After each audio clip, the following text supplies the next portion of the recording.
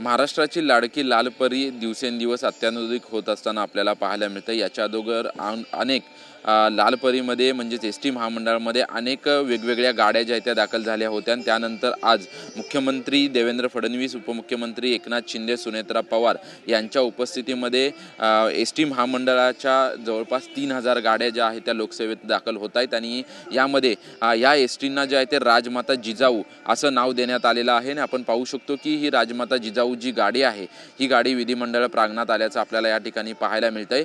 या राजमाता जिजाऊ या गाडीचं विशेष खासियत म्हणजे GPS यंत्रणा, त्याचसोबतच CCTV कॅमेरे जे आहेत ते यामध्ये अत्याधुनिक सुविधांचे असणार आहेत। त्याचसोबतच 56 आसनांची ही गाडी जी आहे ही 56 आसनांची गाडी असणार आहे। याच्या अगोदरच्या गाड्या जर आपण पाहिल्या तर जवळपास त्यामध्ये 16 आसनं जी आहेत ते कमी होती। यामध्ये एकूण 56 आसनं जी आहेत ती 56 आसनं असणार आहेत। याच्या अगोदरचे आपण जर पाहिलं तर शिवनेरी, शिवशाही, शिवाई, यशवंती आणि हिरकणी अशा गाड्या ज्या आहेत त्या वेगवेगळ्या गाड्यांना अशा पद्धतीने एस टी महामंडळाच्या वतीने नावं देण्यात आली होती। परंतु आता ही जी नव्या गाड्या 3000 नवीन गाड्या ज्या एस टी महामंडळाच्या ताफ्यात दाखल होत आहे याला राजमाता जिजाऊ असं जे आहे ते नाव देण्यात आलेलं आहे।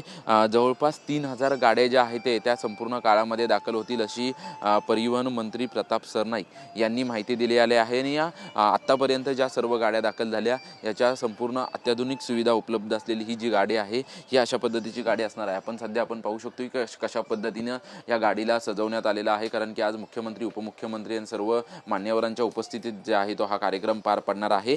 या अगोदर ज्या सर्व गाड्या एस टी महामंडळाच्या ताफ्यात होत्या त्यापेक्षा वेगळी ही गाडी म्हणजे जवळपास 16 आसनं जी आहेत ते इतर गाड्यांपेक्षा अधिक असणार आहेत आणि आपण पाहू शकतो एका बाजूला 3 आसनं आणि दुसऱ्या बाजूला 2 आसनं अशा प्रकारचे एकूण 56 आसन व्यवस्था जी आहे ते या संपूर्ण एस टी महामंडळ एस टीमध्ये देण्यात आलेले आहेत आणि या एस टीला जे आहे ते राजमाता जिजाऊ असं जे आहे ते नाव देण्यात आलेले आहे। येत्या संपूर्ण काळामध्ये विविध टप्प्यांमध्ये जवळपास 3000 गाड्या दाखल होतील अशी माहिती जी आहे ती परिवहन मंत्र्यांकडून देण्यात आलेली आहे।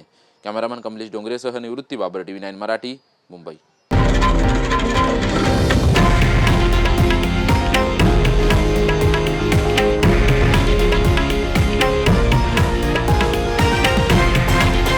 हे आहे देशातील नंबर 1 न्यूज नेटवर्क आणि आपण पाहत आहात TV9 मराठी, एकमेव।